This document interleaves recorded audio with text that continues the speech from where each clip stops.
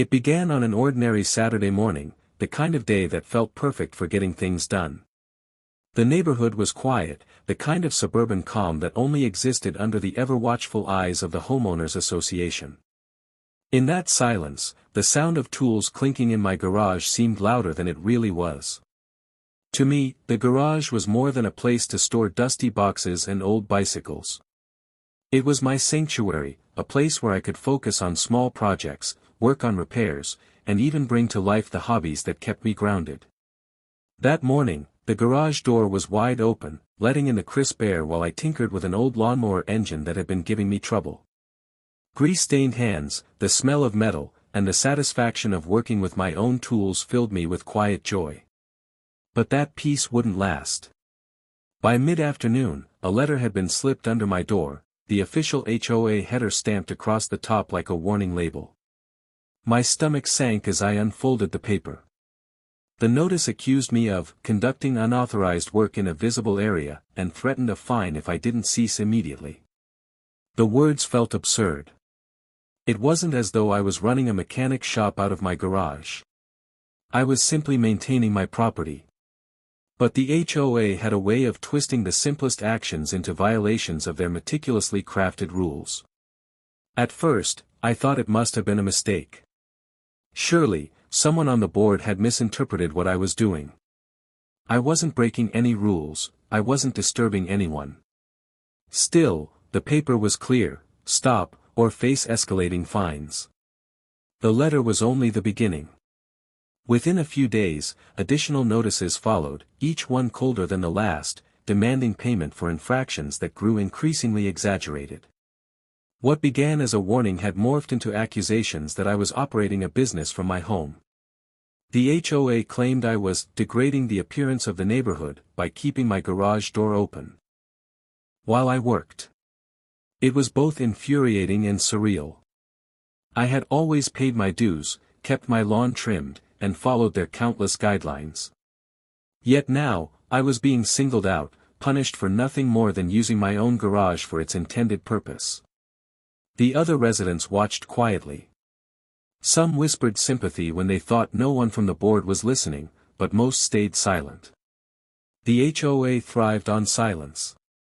It was their most powerful weapon, the knowledge that homeowners would rather endure injustice quietly than risk drawing the board's attention. I, however, was not built for silence. The more I read their letters, the more determined I became. I started documenting everything: the times I worked in the garage, the tools I used, even photos of the space. I gathered copies of the community's bylaws, highlighting sections that protected homeowners' rights to maintain personal property.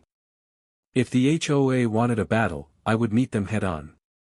But it wasn't until I stumbled across an overlooked detail in the bylaws that the idea first sparked in my mind. Buried in the fine print of the association's governing documents was a clause about community facilities, the clubhouse, specifically. It stated that all homeowners technically co-owned the property and had equal rights to access it. Yet, the HOA board operated it like their personal headquarters, reserving it for private meetings, exclusive events, and even renting it out for profit. For years, they had used the clubhouse as their crown jewel, flaunting it at gatherings while homeowners footed the maintenance bill. But now, with every unnecessary fine and every baseless accusation, they were pushing me closer to a decision. If they wanted to weaponize the rules, then I could, too. The seed of revenge had been planted.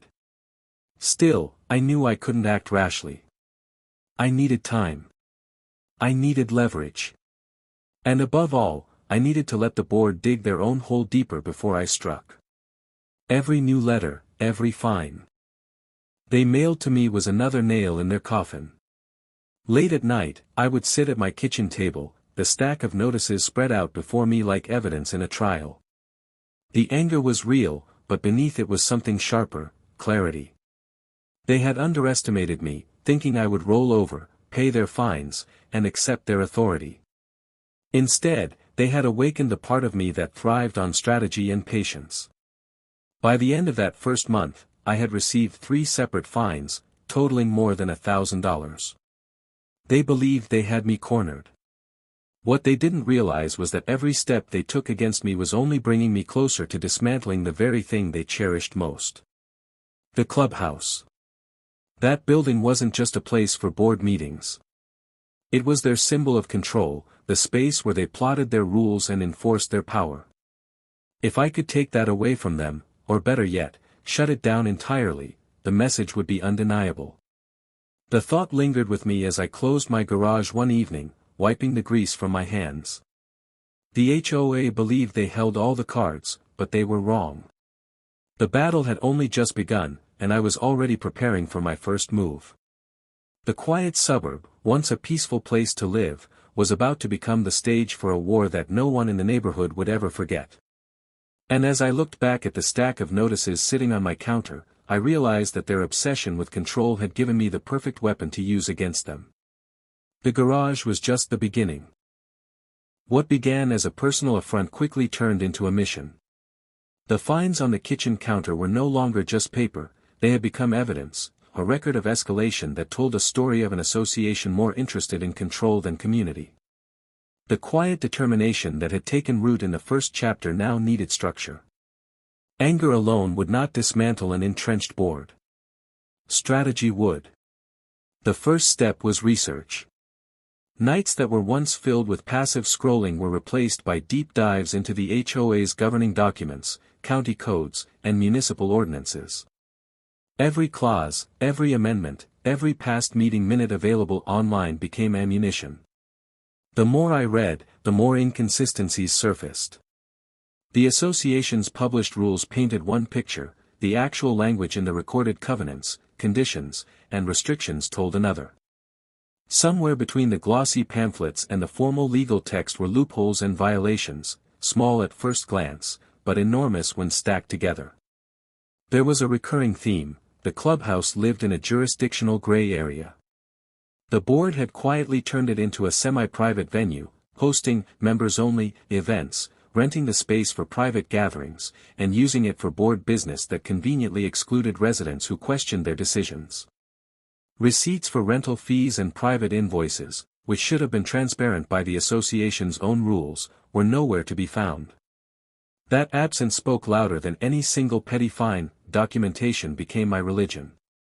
I clipped every relevant paragraph from the bylaws, printed pages from the county website on permitting for community facilities, and photographed the calendar board outside the clubhouse that listed events with familiar names, events that never appeared in the official minutes. I compiled a timeline that mapped the HOA's use of the clubhouse against the association's required disclosures. Each discrepancy added weight to a narrative I could present to both the community and, if necessary, to local authorities. At the same time, I quietly began to listen.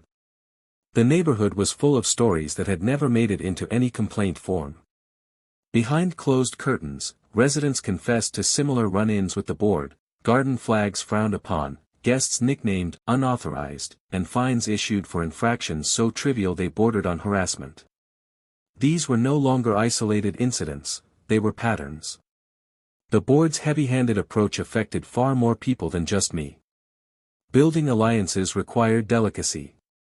There was a palpable fear of retaliation, of being labeled a troublemaker and subjected to more fines or red tape. But once I started sharing my documented evidence in a calm, factual way, a handful of neighbors who had felt powerless for years quietly came forward. They brought their own stacks of letters, photos from community events, and memories of conversations that corroborated the emerging pattern. With each new folder added to the pile, the case against the board grew more comprehensive. Legal counsel was the next consideration. A full-blown lawsuit would be expensive and time-consuming, but the mere mention of legal review was often enough to make an overconfident board think twice.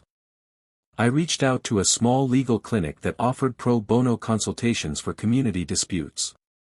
The attorney I met with, no grand, cinematic counsel, just a sober, practical lawyer, said something that crystallized the plan: associations often relied on homeowner apathy more than on airtight legality. If homeowners requested transparency en masse, and if evidence of improper use of common facilities could be shown to municipal inspectors, the board's leverage would evaporate. Armed with that counsel, I moved to the most practical component of the strategy, leveraged the very resource the board used as a symbol of authority, the clubhouse itself. The association's rules stipulated that common areas belonged to all homeowners, yet the board had treated access like a privilege.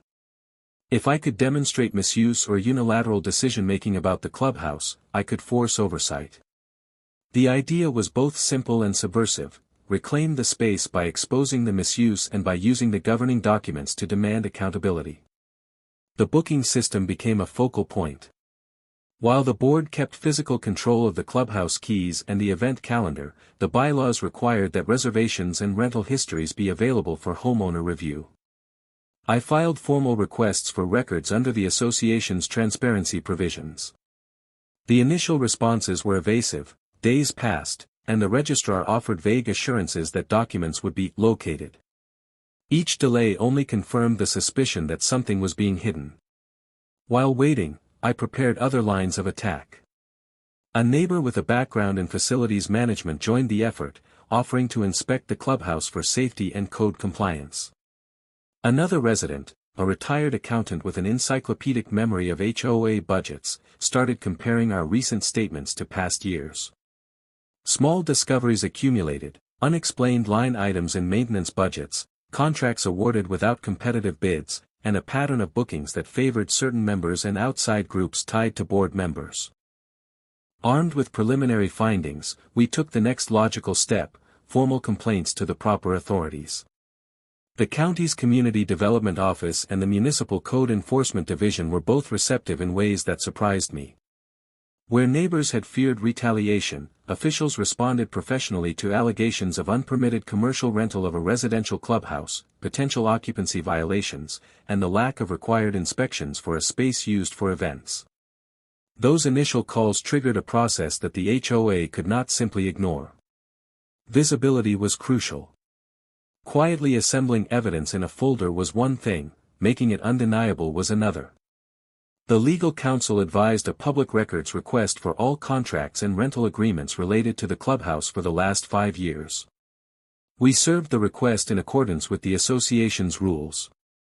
Simultaneously, we prepared a petition to present at the next scheduled board meeting, a clear, concise list of grievances and requested remedies signed by dozens of homeowners.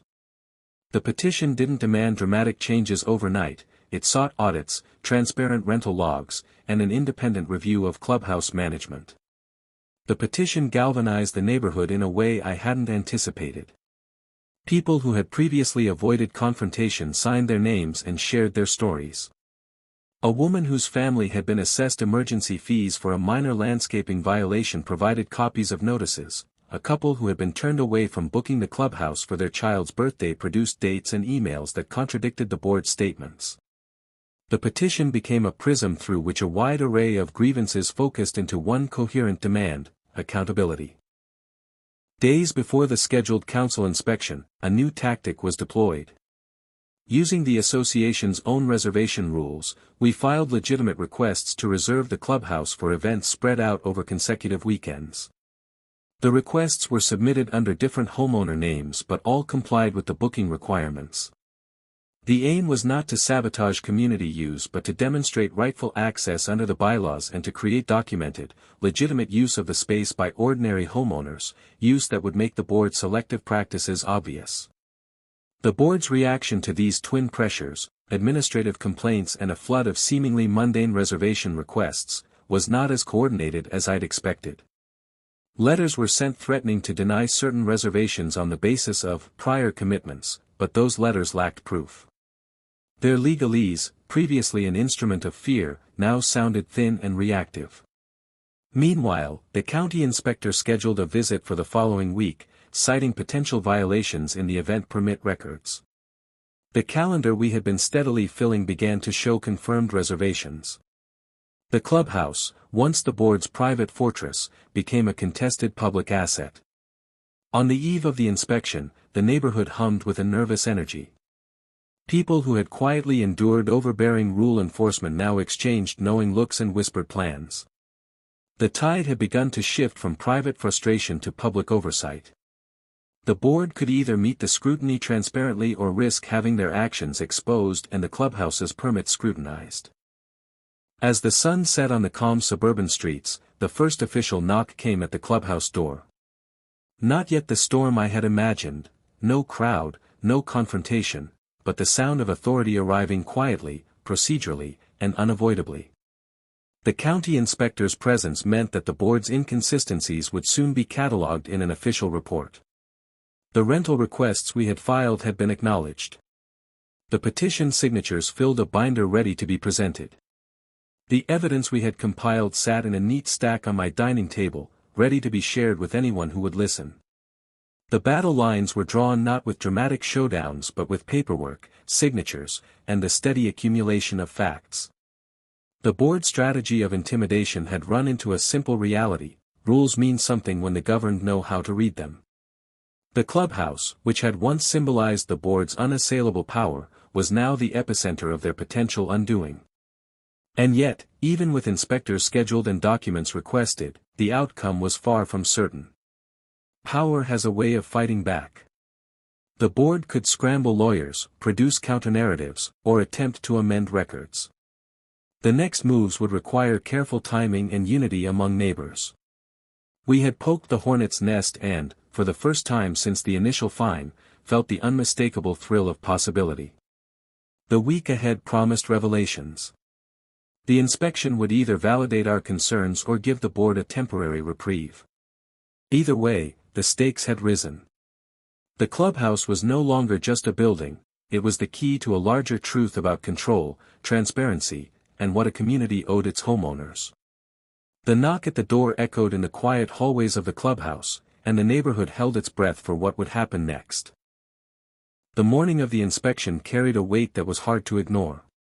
It wasn't dramatic at first, no shouting, no police cars, no confrontation at the gates, but there was a current of unease running through the neighborhood.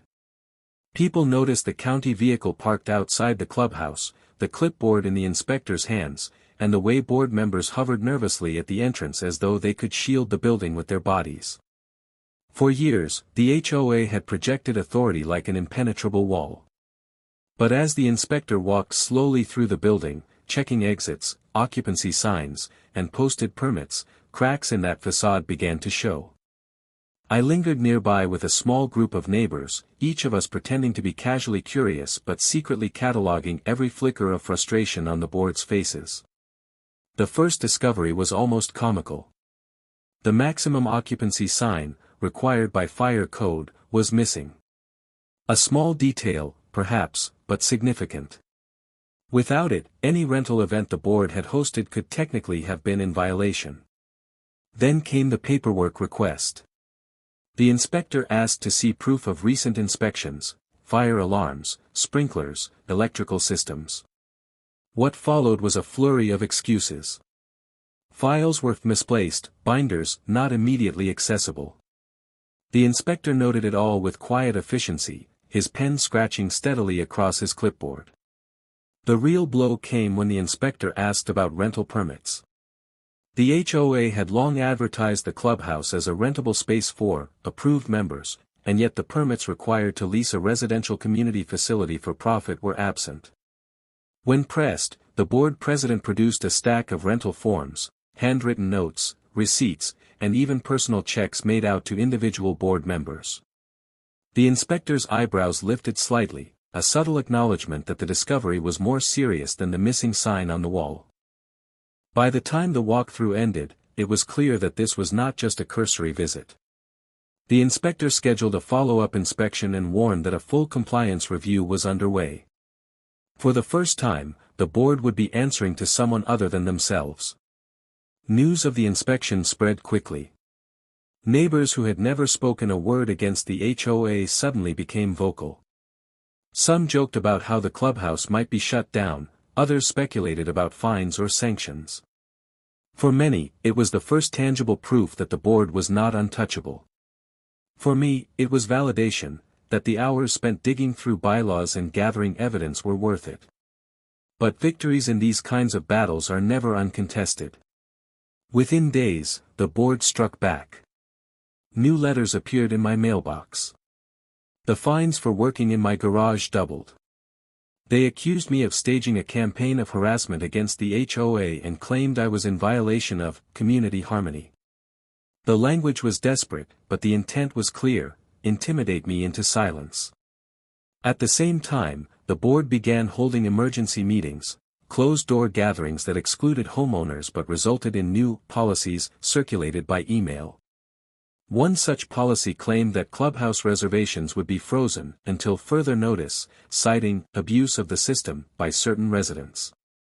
My legitimate bookings, along with those of my allies, were suddenly cancelled without explanation, yet even in their retaliation, the board made mistakes. Their frantic attempts to rewrite rules contradicted the bylaws themselves. Every rushed amendment, every hastily written policy was another inconsistency I documented. My dining room table had become a war room, covered in manila folders and binders. Each piece of evidence was another thread in the web tightening around them. The next neighborhood board meeting was unlike any other. Instead of the usual sparse attendance, the room was full. Homeowners who had long avoided conflict filled the chairs, clutching copies of the petition and muttering about the inspection. The board sat stiffly at the front, their faces pale under the fluorescent lights. They tried to carry on with business as usual, but the atmosphere was different. The community had tasted accountability, and they weren't about to let go. When the floor opened for homeowner comments, the floodgates burst. One by one, residents raised their concerns, not just about the clubhouse, but about years of petty fines, selective enforcement, and hidden expenses. Their voices were steady, but the frustration was clear. The board attempted to cut speakers off, citing time limits, but the crowd pushed back. For the first time in years, the board's authority was openly challenged in public. I didn't need to lead the charge. My role had shifted from lone dissenter to quiet strategist. The evidence I had compiled was in the hands of neighbors, the petition circulating, the inspector's report pending. What once felt like a solitary battle had become a collective movement.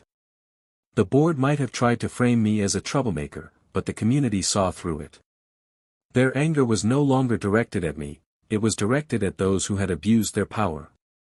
Still, the war was far from over. The board retreated from the meeting shaken but defiant. They promised to address misinformation and threatened to pursue legal action against anyone defaming the association. Their words were bluster, but the threat was real. Power rarely cedes ground without a fight. That night, I sat in my garage, the very space that had started this conflict. The tools lay scattered across the workbench, but my mind was elsewhere. The inspection had rattled the board, but it had also escalated the stakes. They would not go down quietly.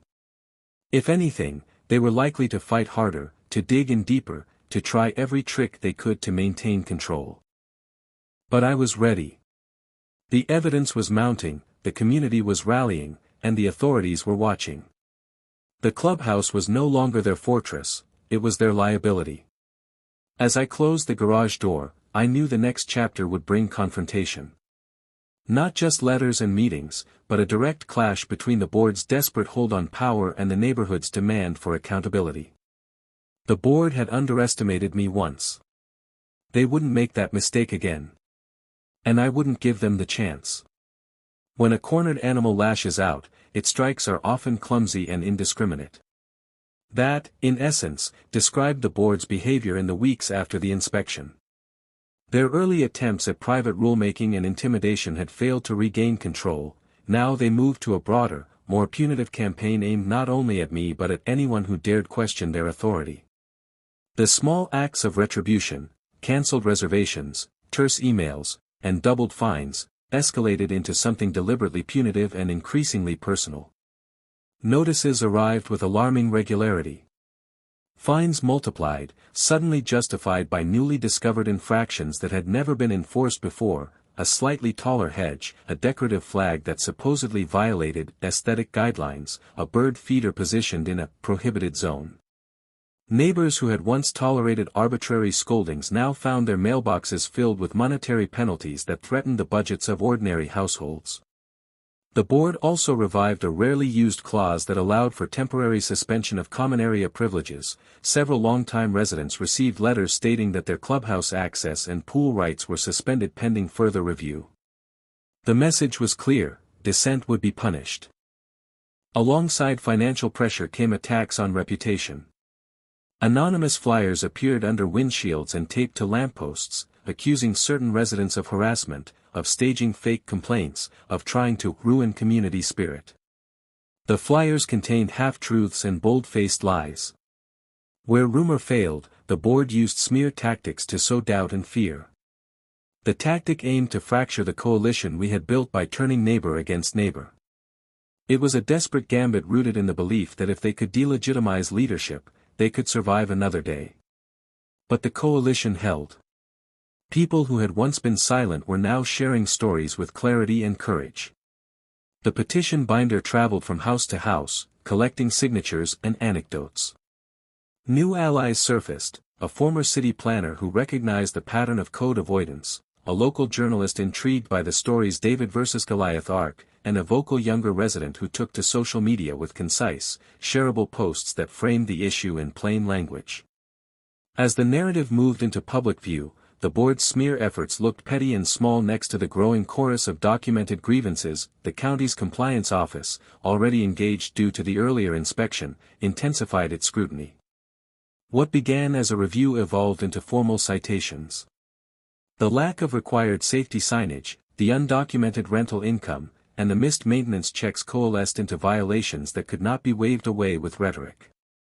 An inspector's report categorized several items as immediate hazards, in need of remediation before the clubhouse could legally host gatherings. That classification carried weight. It meant the building could be ordered closed until repairs and proper permitting were completed. The board's reaction to the citations was predictably defensive. Lawyers were hired, expensive, tempers cooled in polished conference rooms, and a flurry of legal-sounding letters arrived from. Shorn of both, their position weakened further. As the clubhouse doors were locked by municipal order, the board attempted to reframe the narrative as a temporary inconvenience due to overzealous regulation. The public, however, had seen the documentation and the receipts. The story had shifted from one resident's complaint to a systemic issue of governance and transparency. The community felt empowered, not because of a single victory, but because ordinary people had organized, documented, and insisted on oversight. Yet, even with the clubhouse closed and the audit underway, the conflict was far from over. Legal threats lingered, reputations had been attacked, and the board still controlled some levers of power. The recall effort would take time, signatures, and perfect adherence to procedure. The lawyers they now employed could slow the process by filing motions and procedural objections. Furthermore, individuals on the board who felt cornered were capable of retaliatory maneuvers designed to intimidate the most vulnerable homeowners. I stood at the periphery of the victory, aware that the moment called for both celebration and renewed vigilance. The clubhouse's closure was not the end but an inflection point. We had demonstrated that legal and administrative systems could be leveraged by organized homeowners to curb abuse. We had shown that documentation and patience sometimes mattered more than loud theatrics. But I also knew that the coming chapters would be fought in quieter arenas: legal filings, recall petitions, and the slow arithmetic of homeowner votes. As I locked my own garage that evening, the very space that had ignited the conflict, I felt the weight of what we had accomplished. The clubhouse that had long symbolized unchecked authority now sat empty, a silent monument to both mismanagement and the power of collective action. The battle had shifted. From public exposure we would move toward formal accountability. The next campaign would be procedural, meticulous, and won or lost one signature at a time. The war for our neighborhood's soul had entered its most consequential phase. The board had been weakened, but not yet vanquished. We had taken their clubhouse off the table, but the battle for the board's removal and the restoration of trust had only begun. The closure of the clubhouse was more than a symbolic victory. It was a visible scar on the board's authority, a locked door that spoke louder than any flyer, email, or meeting. Yet, even stripped of their prized asset, the board still held the gavel. They could convene meetings, interpret rules, and, with enough procedural maneuvering, stall accountability. Removing them entirely would require more than anger or petitions, it would require a recall. The recall process, buried deep in the association's bylaws, was designed to be tedious. It demanded precision, formal petitions, notarized signatures, strict timelines, and quorum requirements that the board counted on homeowners never meeting. Most attempts in other communities fizzled, worn down by apathy and procedural traps. But our neighborhood was no longer passive. What began as whispered frustration had become a movement with purpose. The recall would not be easy, but it was possible. The committee formed at the special meeting quickly organized into roles. Some canvassed door to door with clipboards, others combed through records to verify homeowner eligibility, while a few drafted carefully worded statements that summarized the reasons for recall without opening us to claims of slander. Every signature was double-checked, every address confirmed, every page notarized. What might have once seemed excessive caution became a shield against the inevitable challenges the board's lawyers would raise. The board, predictably, fought back. They issued statements painting the recall as a minority attempt to destabilize the community. They accused the committee of spreading misinformation and warned that homeowners who signed the petition might find themselves liable for damages caused by what they called a frivolous effort. Letters with intimidating legal language landed in mailboxes across the neighborhood. But instead of deterring residents, the letters hardened resolve. Homeowners who had once been hesitant to sign now came forward, angered by the board's bullying tone. The process was grueling. Nights were spent hunched over dining tables, papers spread like maps of a battlefield. Volunteers compared lists, checked off names, and strategized routes to reach the few remaining households that hadn't committed. Rainy evenings and long weekends blurred together, but progress continued. Conversations at front doors often stretched into hours as neighbors recounted years of grievances, finding catharsis in finally being heard. Each story added fuel to the campaign's momentum. As signatures mounted, the board's behavior grew increasingly erratic. Emergency policy updates were sent by email, suddenly redefining what constituted valid homeowner participation. They claimed that renters' signatures were invalid, then that certain co-owners had to appear in person to verify their consent. These moves were thinly veiled attempts to discredit the petition, but each contradiction only provided more evidence of their desperation. Meanwhile, the audit we had demanded began to deliver preliminary findings. Though not yet final, the early reports confirmed what many had suspected: funds earmarked for clubhouse maintenance had been diverted, rental income had been misreported, and certain board members had personally profited from event fees. The auditor's cautious language, irregularities, unverified expenditures, potential conflicts of interest, was enough to validate the entire movement. Homeowners who had doubted the need for recall now found the decision unavoidable. The campaign reached a turning point when the journalist who had first covered the story published a follow-up article. It featured excerpts from the audit, quotes from residents, and a stark photo of the padlocked clubhouse doors. The piece painted the recall not as a rebellion, but as a community's effort to restore fairness and transparency. The story spread online, attracting attention beyond our neighborhood. Other communities dealing with domineering HOAs shared the article, adding a sense of solidarity that buoyed our efforts. But beneath the surface of progress, fatigue set in. Volunteers grew weary of constant vigilance. Some began to worry about personal retaliation, about liens, about the cost of potential legal battles. Marriages strained as evenings disappeared into meetings and strategy sessions. Children asked why their parents spent so much time at neighbors' houses. The emotional toll was real, and the board exploited it. They whispered about troublemakers at school functions, sowed doubt in friendships, and tried to fracture the unity we had built, yet, the campaign endured. Persistence became our greatest weapon. Where anger might have burned out, steady resolve carried us forward. The final signatures trickled in like drops filling a bucket, and one day the threshold was crossed. The petition to recall the majority of the board was complete, validated, notarized, and undeniable. Submitting the petition was both exhilarating and terrifying. We knew the board would contest it at every step. True to form, they immediately declared it invalid, citing alleged technical flaws. They called an emergency meeting to dismiss the petition as non-compliant and threatened to pursue legal action against the recall committee. But the rules, once weaponized against us, were now our armor. We had followed every procedure to the letter, leaving them with little ground to stand on. The standoff culminated in a date set for the recall vote. The bylaws required that all homeowners be notified, that ballots be distributed and collected under monitored conditions, and that results be announced publicly. The board tried to postpone, but pressure from both homeowners and county officials forced the process forward. In the weeks leading up to the vote, the neighborhood buzzed with nervous energy. Lawns sprouted handmade signs urging neighbors to vote for change or, in a few cases, protect our community. Conversations at mailboxes and dog walks revolved around the outcome. Every home visit, every flyer, every whispered encouragement mattered. On the evening of the recall vote, the atmosphere was electric. Homeowners crowded into the meeting hall, some anxious, others jubilant.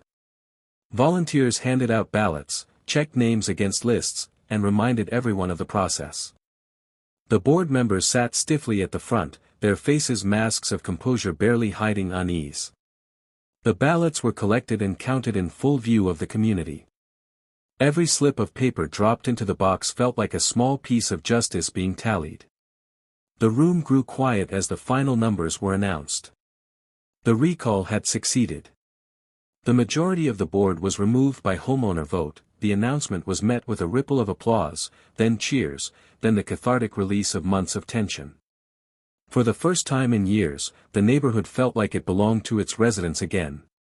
The vote did not erase the wounds or undo the damage, but it marked the beginning of something new: accountability, transparency, and the possibility of genuine community. Yet even in victory, I knew the battle was not truly over. The ousted board members could still challenge the vote in court, and the process of rebuilding trust and governance would be long and messy. But for now, the clubhouse sat locked, the board disbanded, and the community had spoke. The war had shifted from survival to reconstruction. And in the silence that followed the cheers, I understood the weight of what came next. We had toppled the old guard. Now we had to build something better in its place. The night of the recall vote became a milestone etched into the community's history. For many, it was the first time they had seen neighbors come together for something greater than property values or landscaping disputes.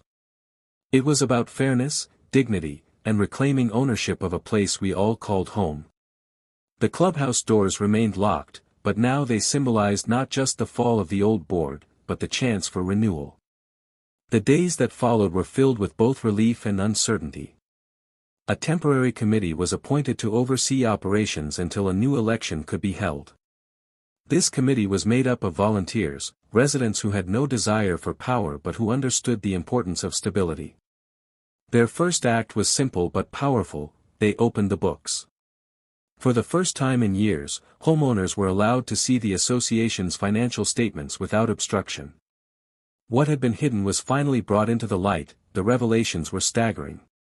Mismanagement was too gentle a word. What the audit revealed bordered on deliberate exploitation. Funds allocated for maintenance had been siphoned off into vague, miscellaneous expenses. Event fees for private rentals of the clubhouse had been pocketed by board members under the guise of administrative costs. Contracts for landscaping and security were found to be grossly inflated, awarded to companies with personal ties to certain board members. The anger that rose was intense, but it was no longer the kind of helpless rage we had once felt. This time, it was focused and constructive. Residents demanded accountability, but they also demanded reform. The community understood that simply removing the old guard wasn't enough. Without safeguards, history could repeat itself. In the weeks that followed, a series of meetings were held, not the cold, combative gatherings of the past, but open forums where anyone could speak. Folding chairs filled garages, driveways, and backyards as neighbors debated everything from budget priorities to rules on holiday decorations. These gatherings, informal and often messy, forged a new sense of connection. People who had once been strangers now greeted each other like allies. When the time came for the official election, the turnout shattered records. Candidates weren't polished or rehearsed, they were residents who had endured the same frustrations as everyone else. Their platforms were simple: transparency, accountability, and community over control. The results reflected a new chapter, a board built not on secrecy and intimidation, but on service. The first decision of the new board was to keep the clubhouse closed until a complete restoration could be planned. This wasn't about punishment, it was about symbolism. The building would not reopen until it was truly a place for the community, not a tool of manipulation. A committee of volunteers was formed to oversee repairs and to design a schedule for events that prioritized residents' needs. The vision was clear: no more private profiteering, no more locked doors. Slowly, the neighborhood began to heal. The tension that had once crackled in the air dissipated. Homeowners who had once avoided meetings now showed up eager to contribute. The lawns were no greener, the houses no larger, but the atmosphere had transformed. For the first time in years, people felt proud of where they lived, not because of strict rules or glossy brochures, but because of the unity they had fought to achieve. The old board, ousted but not entirely silent, lingered in the background. Rumors swirled of legal threats, of attempts to contest the recall in court. But as time passed and the new leadership solidified, their influence dwindled. They had relied on fear and apathy, and without those tools, they were powerless.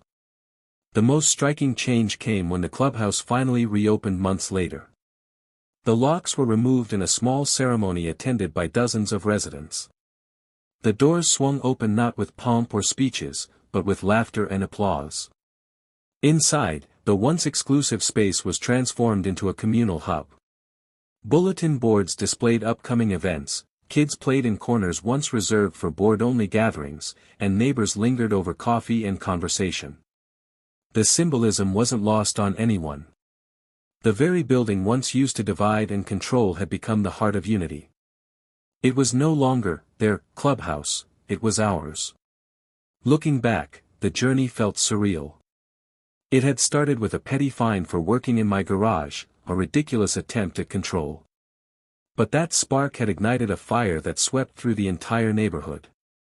What had seemed like a hopeless struggle against entrenched power had turned into a movement that reshaped the very fabric of our community. The story spread far beyond our subdivision. Other neighborhoods, dealing with their own domineering boards, reached out for advice and inspiration. Articles were shared, interviews conducted, and our little battle became a cautionary tale for those who sought to misuse authority.